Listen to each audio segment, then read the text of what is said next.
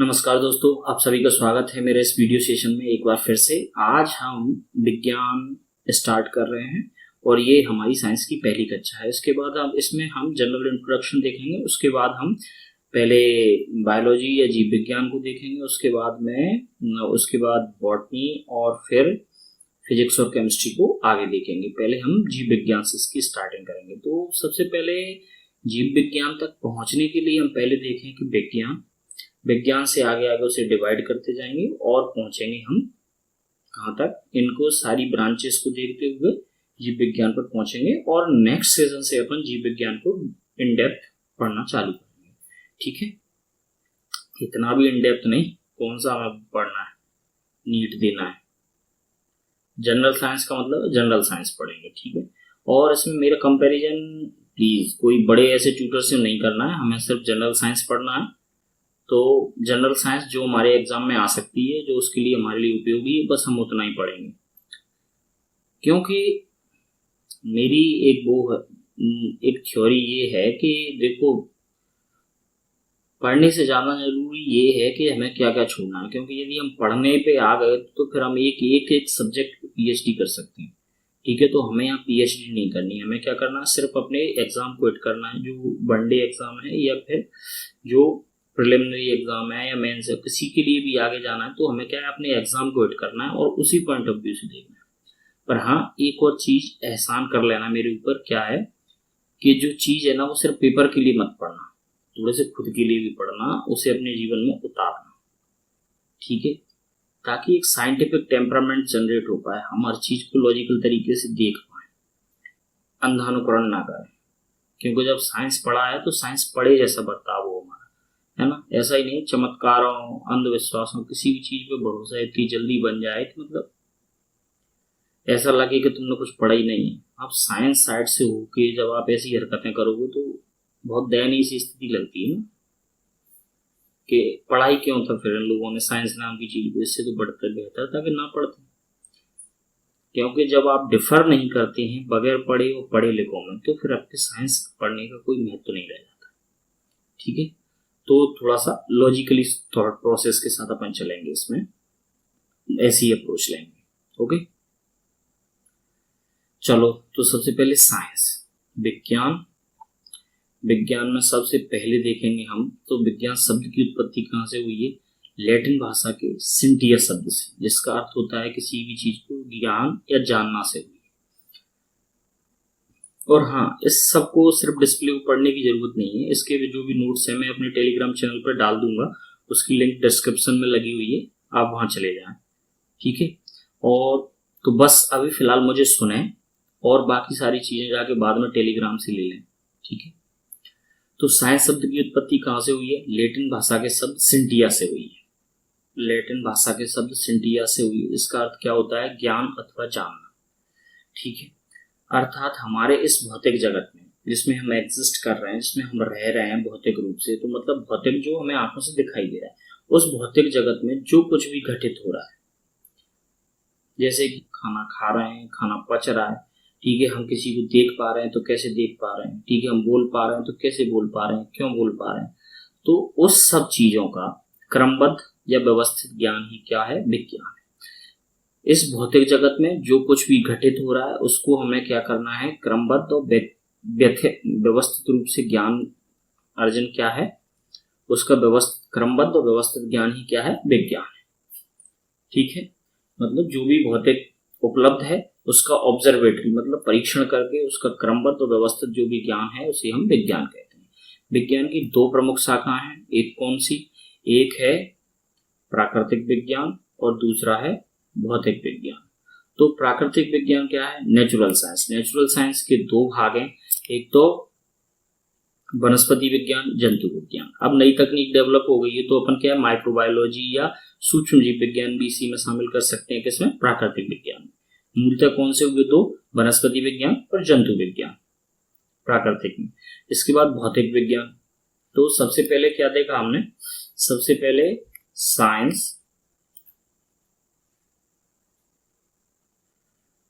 Science की दो division की है हमने, कौन से, एक तो नेचुरल, एक फिजिकल। नेचुरल में फिर हमने आगे किए कौन कौन से, 3 कर लेते हैं चलो, ठीक है, जूलॉजी, बॉटनी और माइक्रोबायोलॉजी, ठीक है। फिजिकल जो साइंस था उसमें भी 2 डिवीजन होंगे, कौन से, एक तो फिजिक्स और एक केमिस्ट्री, ठीक है। इस तरीके से साइंस की हमने डिवीजन देख ली। तो पहले साइंस का शब्द जन्म कैसे हुआ, साइंस को लैटिन भाषा के सिंटिया से हुआ है, जिसको क्या होता है, ज्ञान या जानना। तो साइंस से क्या मतलब है, जो कुछ भी भौतिक जगत में घटित हो रहा है उसका क्रमबद्ध और व्यवस्थित अध्ययन को क्या कहेंगे, हम विज्ञान कहेंगे। विज्ञान को हमने 2 भागों में बांटा, प्राकृतिक विज्ञान और भौतिक विज्ञान। प्राकृतिक विज्ञान को फिर हमने 2 भागों में बांटा, कौन से, जीव विज्ञान, वनस्पति विज्ञान और एक और मान लेते हैं माइक्रोबायोलॉजी, ये सूक्ष्म जीव विज्ञान, ठीक है। ये 3 श्रेणियों में किसको बांटा, प्राकृतिक विज्ञान को। इसके बाद भौतिक विज्ञान को किस में बांटा हमने, फिजिक्स, भौतिकी और रसायन विज्ञान, ठीक है। इस तरीके से जो साइंस के कैटेगराइजेशन हमने कर ली। अब हम उठा रहे हैं यहाँ से जो प्राकृतिक विज्ञान है ना, नेचुरल साइंस, उसे सबसे पहले लिए हमने जीव विज्ञान। वनस्पति को अभी बाद में देखेंगे। जीव विज्ञान या प्राणी विज्ञान जिसे लेंगे, तो बायोलॉजी शब्द किससे बना है, 2 चीजों से बना है, कौन कौन सी, बायो प्लस लोगोस। इसमें बायो का अर्थ होता है जीवन और लोगोस का अर्थ होता है अध्ययन, अर्थात जीवन के अध्ययन को क्या कहेंगे हम, जीव विज्ञान, ठीक है। तो इस शब्द का प्रयोग सबसे पहले, अब क्या हुआ, हमने जान लिया शब्द का अर्थ क्या था, बायोस प्लस लोगोस अर्थात जीवन का अध्ययन। तो अब इस शब्द का सबसे पहले इस्तेमाल किसने किया, तो इस शब्द का सबसे पहले इस्तेमाल किया था लेमार्क एवं ट्रेवेरेनस ने सन 1801 में। लेमार्क एवं ट्रेवेरेनस, ये जो महाशय हैं इनका नाम याद रखना, लेमार्क एवं ट्रेवेरेनस ने इसको सबसे पहले बायोलॉजी शब्द दिया 1801 में। अब क्या है, ये तो शब्द मिल गया बायोलॉजी, लेकिन जीव विज्ञान को विज्ञान की एक शाखा के रूप में किसने प्लेस किया, तो वो थे अरस्तु। इसीलिए अरस्तु को क्या कहते हैं, फादर ऑफ बायोलॉजी कहते हैं। उन्होंने इस पर बहुत सारे रिसर्चेस किए।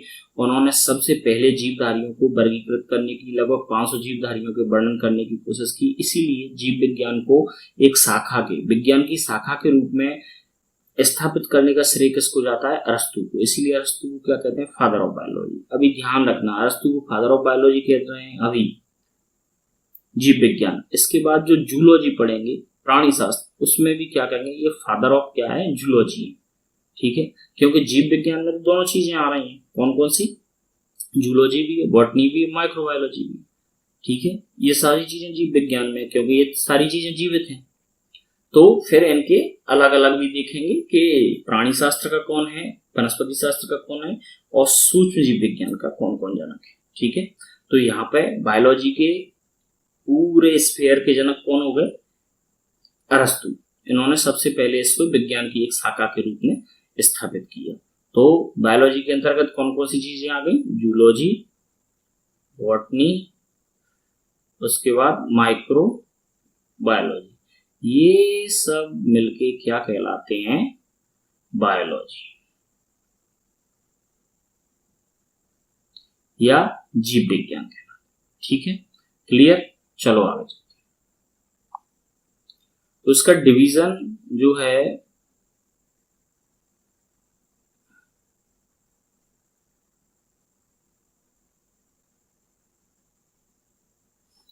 अब जीव विज्ञान देख लिया हमने। जीव विज्ञान शब्द की उत्पत्ति कैसे, बायोस प्लस लोगोस हो गया, उसको सबसे पहले इस्तेमाल किसने किया, लेमार्क और ट्रेवेरेनस ने किया। जीव विज्ञान के पिता किसे कहा जाता है या जनक किसे कहा जाता है, तो वो हमने देख लिया किसे कहा जाता है, अरस्तु को जीव विज्ञान का जनक कहा जाता है। अब जीव विज्ञान एक्चुअल में है क्या, वो ये देखेंगे। तो जीव विज्ञान क्या है, जीव विज्ञान की वह शाखा जिसमें, देखो लॉजिकल ऑर्डर में चलना है किसी चीज में, तो सबसे पहले क्या होगा, जीवधारियों की उत्पत्ति, उत्पत्ति के बाद उनका विकास, विकास के बाद उनके क्रियाकलाप को वो जीवन में क्या कर रहे हैं, और प्रकृति का उन पर प्रभाव तथा उनकी उसके प्रति रिस्पॉन्सेज कि वो प्रकृति उन पर जो असर डाल रही है वो उसके प्रति क्या प्रतिक्रिया कर रहे हैं, और उनकी मृत्यु तक सभी का अध्ययन क्या कहलाता है, जीव विज्ञान कहलाता है। तो प्राणी की, जीवधारियों की उत्पत्ति, विकास, क्रियाकलाप, सब पर्यावरण का उन पर प्रभाव, पर्यावरण के प्रभाव के प्रति उनके रिस्पॉन्सेस और उनकी मृत्यु तक का सारा अध्ययन क्या कहलाता है, जीव विज्ञान कहलाता है। ठीक है। अब नवीन तकनीकी के विकास ने क्या है, कुछ नई शाखाओं को जन्म दिया है, तो इसमें हमने क्या कर लिया है, इसे डिवीजन कर लिया। थोड़ा सा कंफ्यूजिंग है पर ध्यान रखेंगे तो सारी चीजें इजी हो जाएंगी, बस आप थोड़ा सा सुनिए। तो क्या है कि नवीन तकनीकी के विकास के कारण हम इसे दो चीजों में डिवाइड कर रहे हैं पहले, फिर इसे मौलिक जो डिवीजन पढ़ते थे वो हम देखेंगे। तो उसके लिए हम यहाँ पे ये डायग्राम लगा लेते हैं।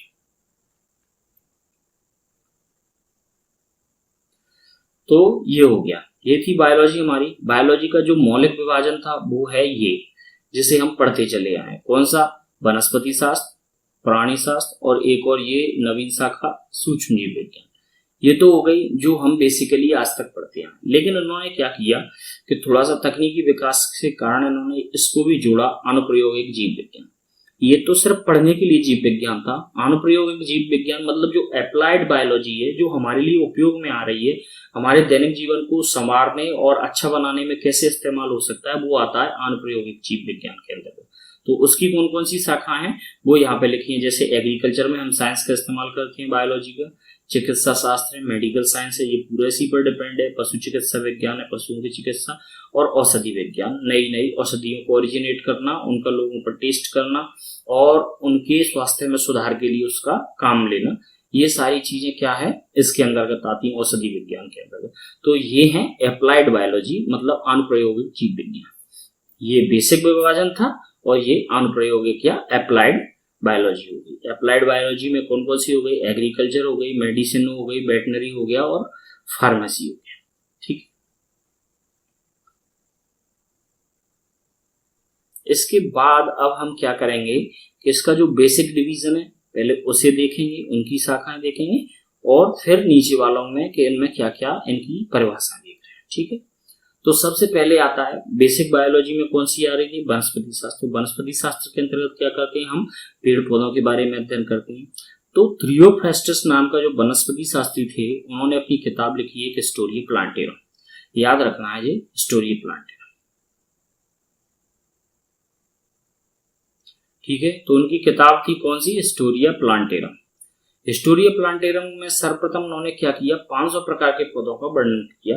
इसीलिए क्या कहा जाता है, थ्रियोफ्रास्टस ने पहली बार इस विभाजन को करने की कोशिश की थी, इसीलिए थ्रियोफ्रास्टस को क्या कहा जाता है? वनस्पति विज्ञान का जनक कहा जाता है। अब वनस्पति विज्ञान के अंतर्गत कौन कौन सी शाखाएं वो हमने नीचे लिखी, तो उनके बारे में थोड़ा थोड़ा सा एक हाईलाइट देखेंगे अपन।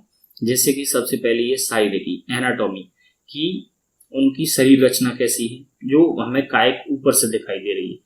फिजियोलॉजी इंटरनल होती है, ठीक है, कार्य की वो कैसे फंक्शनल होता है।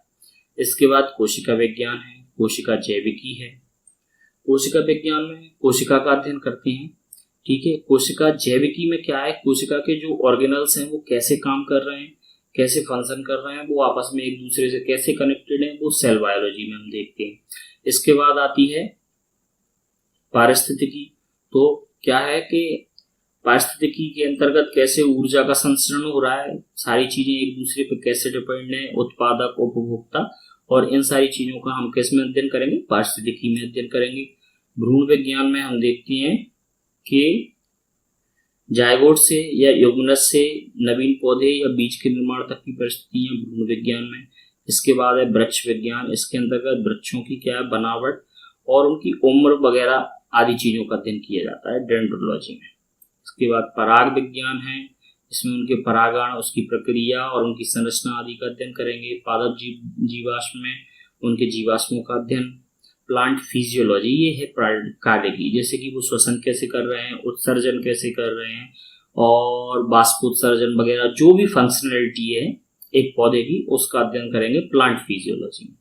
टैक्सोनॉमी है, ये वर्गीकी विज्ञान है, ये उनके डिवीजन करता है कि वो कौन कौन से कुलों में बटे हैं, फिर उनके उपकुल हैं, फैमिलीज हैं, ये सारी चीजें कहाँ पढ़ेंगे अपन? टैक्सोनॉमी के अंतर्गत पढ़ेंगे। एल्गोलॉजी, इसमें क्या है? एल्गी का अध्ययन किया जाता है। ब्रायोलॉजी में ब्रायोफाइटा का, टेरिडोलॉजी में टेरिडोफाइटा का। अब अनजान ये नहीं बनना है कि एल्गोलॉजी, एल्गी क्या है, तो एल्गी तो हमें पता है, सवाल हो गई, लेकिन जो ब्रायोफाइटा टेरिडोफाइटा है वो हम जब बॉटनी पढ़ेंगे तब उन्हें क्लियर करेंगे, ठीक है। तो इस तरीके से क्या हो गई, ये बेसिक बायोलॉजी की सबसे पहली ब्रांच हो गई वनस्पति शास्त्र। इसमें कौन कौन सी चीजें हैं? इसकी कौन कौन सी शाखा हो सकती हैं वो हमने देख लिया। और सबसे महत्वपूर्ण बिंदु था यहाँ थियोफ्रेस्टस, जिसे वनस्पति शास्त्र का जनक कहा जाता है। इसके बाद आता है जंतु विज्ञान और जूलॉजी। तो वनस्पति शास्त्र में जिस तरीके से हम क्या कर रहे थे, वनस्पतियों का अध्ययन कर रहे थे, उसी तरीके से क्या है जंतु विज्ञान में हम जीवधारियों का अध्ययन करेंगे। तो जीवधारियों के अध्ययन से पहले हम यहाँ देख लें कि सबसे पहले अरस्तु ने एक बुक लिखी थी हिस्टोरिया एनिमेलिया, जिसमें उन्होंने पहली बार लगभग 500 प्रकार के जीवधारियों को वर्गीकृत करने का या उनके बारे में वर्णन या डिस्क्राइब करने का प्रयास किया जाता है। इसीलिए अरस्तु को क्या है जूलॉजी का जनक कहा जाता है। हो गया प्राणी शास्त्र का जनक अरस्तु। और इसमें जीव विज्ञान, जीवों के बारे में अध्ययन किया जाता है, सभी प्राणियों का अध्ययन करते हैं। इसकी कौन कौन सी शाखाएं, तो वो शाखाएं हम यहाँ पे देख लें। हिस्टोलॉजी मतलब होता है औतिकी, ऊतकों का अध्ययन, ठीक है। तो मानव में या जीवधारियों में जो भी ऊतक पाए जाते हैं उनका अध्ययन किसमें किया जाता है, हिस्टोलॉजी। एम्ब्रियोलॉजी ये क्या है, भ्रूण विज्ञान है, जीवधारियों के भ्रूणों का अध्ययन किया जाता है। जेनेटिक्स मतलब आनुवंशिकी, उनके डीएनए संरचना, डीएनए की संरचना, उनके वंशानुगत लक्षणों आदि का व्यवहारों का अध्ययन जेनेटिक्स में करेंगे। इसके बाद है एनिमल फिजियोलॉजी। फिजियोलॉजी वही मानव की कार्य या जीवधारियों की कार्य की, वो कैसे सांस ले रहे हैं, कैसे उत्सर्जन कर रहे हैं, कैसे पाचन हो रहा है, कैसे परिसंचरण हो रहा है, कैसे न्यूरल ट्रांसमिशन हो रहा है, ये सारी चीजें किसमें देखेंगे, फिजियोलॉजी में। साइटोलॉजी है, कोशिका विज्ञान, सेल बायोलॉजी मतलब क्या है, कोशिका जैविकी हो गई। एंड्रोक्राइनोलॉजी है, ये अंतरस्रावी विज्ञान हो गया। इसमें क्या है, अंतरस्रावी जितनी भी ग्रंथियां हैं जो हार्मोनल ग्लैंड हैं उनके बारे में एंडोक्राइनोलॉजी में पढ़ते हैं। और हर्पेंटोलॉजी, तो हर्पेंटोलॉजी में क्या कर रहे थे हम, सरीसृपों का अध्ययन करते हैं। और इक्तियोलॉजी में क्या है, फिशेज का अध्ययन करते हैं। इम्यूनोलॉजी में प्रतिरक्षा विज्ञान का अध्ययन करते हैं। ओडोंटोलॉजी में दांतों का अध्ययन होता है। टॉक्सिकोलॉजी में क्या है, विभिन्न प्रकार के विषों या जहरों का अध्ययन होता है। ऑफियोलॉजी में सांपों का अध्ययन होता है। लेपिडोप्टेरोलॉजी में इसमें तितली और विभिन्न प्रकार के जो उड़ने वाले जीव रहते हैं उनका होता है। मेमोलॉजी में सभी प्रकार के स्तनियों का अध्ययन होता है। मायोलॉजी में क्या होगा, पेशियों का अध्ययन होगा, विभिन्न प्रकार की पेशियों और उनके कार्यों का अध्ययन होगा। न्यूरोलॉजी में क्या है, तंत्र के बारे में अध्ययन होगा। ऑन्कोलॉजी में ये कैंसर से संबंधित है, कैंसर के बारे में अध्ययन कहाँ पे होता है, ऑन्कोलॉजी में। ऑर्निथोलॉजी में क्या होता है, पक्षियों के बारे में अध्ययन होता है। और सेरीकल्चर किससे संबंधित है, रेशम कीट पालन से। तो ये सारी चीजें किससे संबंधित थी, जंतु विज्ञान के अंतर्गत आने वाले विभिन्न विज्ञान, ठीक है।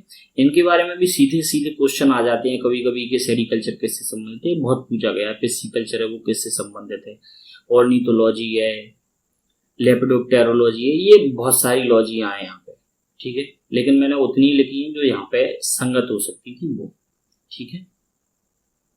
इसके बाद आती है तीसरी माइक्रोबायोलॉजी। माइक्रोबायोलॉजी का क्या हुआ था, इसकी शाखा के रूप में इसके जनक कौन है, एबी ल्यूवेनहॉफ।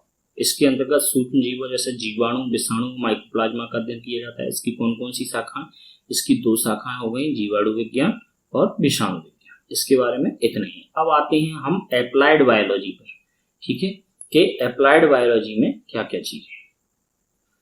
एप्लाइड बायोलॉजी में क्या है, इस शाखा में उन विषयों का अध्ययन किया जाता है जो कि मानव समाज के उत्थान में उपयोगी है, ठीक है। तो इस प्रकार की कौन सी 4 शाखाएं हमने वहां देखी थी। कृषि विज्ञान, तो कृषि में कैसे जीव विज्ञान का इस्तेमाल किया जाना, ये कहाँ देखते हैं हम, कृषि विज्ञान के अंदर। इसके बाद चिकित्सा विज्ञान, इसमें मानव स्वास्थ्य के लिए जो चीजें लाभप्रद हो सकती हैं तो वो चिकित्सा विज्ञान के। वेटनरी साइंस, तो जिस तरीके से चिकित्सा विज्ञान मनुष्यों के लिए काम करता है, वेटनरी साइंस किसके, पशुओं के लिए काम करता है। इसके बाद है औषध विज्ञान या फार्मेसी, विभिन्न दवाओं की खोज करना, दवाओं की उपयोगिता का निरीक्षण करना कि वो कैसी काम कर रही हैं और लोगों को स्वस्थ करने का या चिकित्सा विज्ञान में सहयोग करने का काम करता है कौन सा, फार्मेसी या औषधि विज्ञान। तो इसकी 2 शाखाएं और होती हैं, एक तो औषधि निर्माण विज्ञान, फार्मास्यूटिक औषधि निर्माण, एक होता है फार्माकोलॉजी यानी औषधि प्रभाव विज्ञान। तो जो औषधि बनती है उसकी कितनी मात्रा देनी है, उसके क्या प्रभाव हो रहे हैं,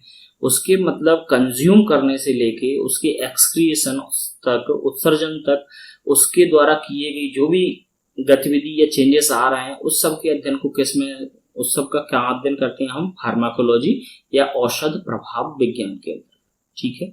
तो फार्मेसी की 2 ब्रांचें हो गई, फार्मास्यूटिक निर्माण विज्ञान और फार्माकोलॉजी जिसमें औषधि प्रभाव विज्ञान उसके प्रभावों का अध्ययन करते हैं, ठीक है। तो इस तरीके से अप्लाइड बायोलॉजी में बायोलॉजी की वो शाखाएं सम्मिलित हैं जो क्या करती हैं, मानव समाज के उत्थान में उपयोगी होती हैं, ठीक है। अब चलते हैं आगे।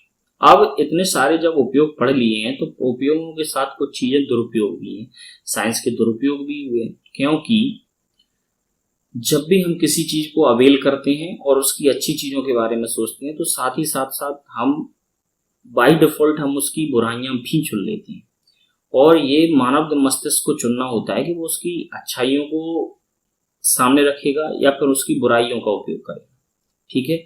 तो हमने इतनी सारी अच्छाइयां पढ़ी और अप्लाइड बायोलॉजी से मानव के स्वास्थ्य सुधार, पशुओं के स्वास्थ्य सुधार और जो भी सहयोगात्मक रवैये हैं वो हमने देखे। इसके बाद अब हम ये देखेंगे कि इसके क्या क्या बुरे बुरे परिणाम हुए और लोगों ने इसको कैसे गलत तरीके से इस्तेमाल किया। तो जीव विज्ञान के दुरुपयोगों में देखें हम तो एक है एमनियोसेंटेसिस। इसमें क्या होता है, एमनियोसेंटेसिस डेवलप इसीलिए की गई ताकि भ्रूण में किसी भी प्रकार की कोई विकृति हो तो भ्रूण का एम्ब्रियो फ्लूइड होता है उसे लेकर टेस्ट करके ये पता चला जा सके कि उसके गुणसूत्रीय विपथन तो नहीं है, मतलब गुणसूत्रों में कोई डिलीट तो नहीं हो गया या कोई और प्रॉब्लम तो नहीं होने वाली है, मतलब बच्चा नॉर्मल रहने वाला है या नहीं। तो इस चीज का लोगों ने क्या इस्तेमाल किया, एमनियोसेंटेसिस का इस्तेमाल करके ये पता लगाने लगे कि भ्रूण महिला है या पुरुष है, ठीक है, मेल है या फीमेल है। तो उससे क्या हुआ, महिलाओं की भ्रूण हत्या के केसेस बढ़े। तो एमनियोसेंटेसिस जो कि इस बात के लिए बनाई गई थी कि भ्रूण में होने वाली उसके विकास, डेवलपमेंट और उसके अंतर्गत होने वाले क्रोमोसोमल चेंज जो कि उसके रिग्रेसिव हैं या अच्छे हैं, तो उस चीज को फर्क करके क्या करना था, उस चीज को मेडिकल टर्मिनेशन करना था। लेकिन इस चीज का इस्तेमाल कैसे करने लगे, फीमेल चाइल्ड को बर्थ ना देना पड़े, इसके लिए एमनियोसेंटेसिस का इस्तेमाल हुआ। तो ये विज्ञान का एक तरीके का दुरुपयोग है। इसके बाद बायोलॉजिकल वेपन्स, क्योंकि जिस विज्ञान ने आपके लिए फार्मेसी ने आपके लिए अच्छी अच्छी दवाएं दी हैं, स्वास्थ्य विज्ञान जनरेट किया, उसी के थ्रू लोगों ने क्या है कुछ चीजों का इस्तेमाल किया और बायोलॉजिकल वेपन्स बनाए। इससे क्या होता है, शत्रु देश में छोड़ दिए गए।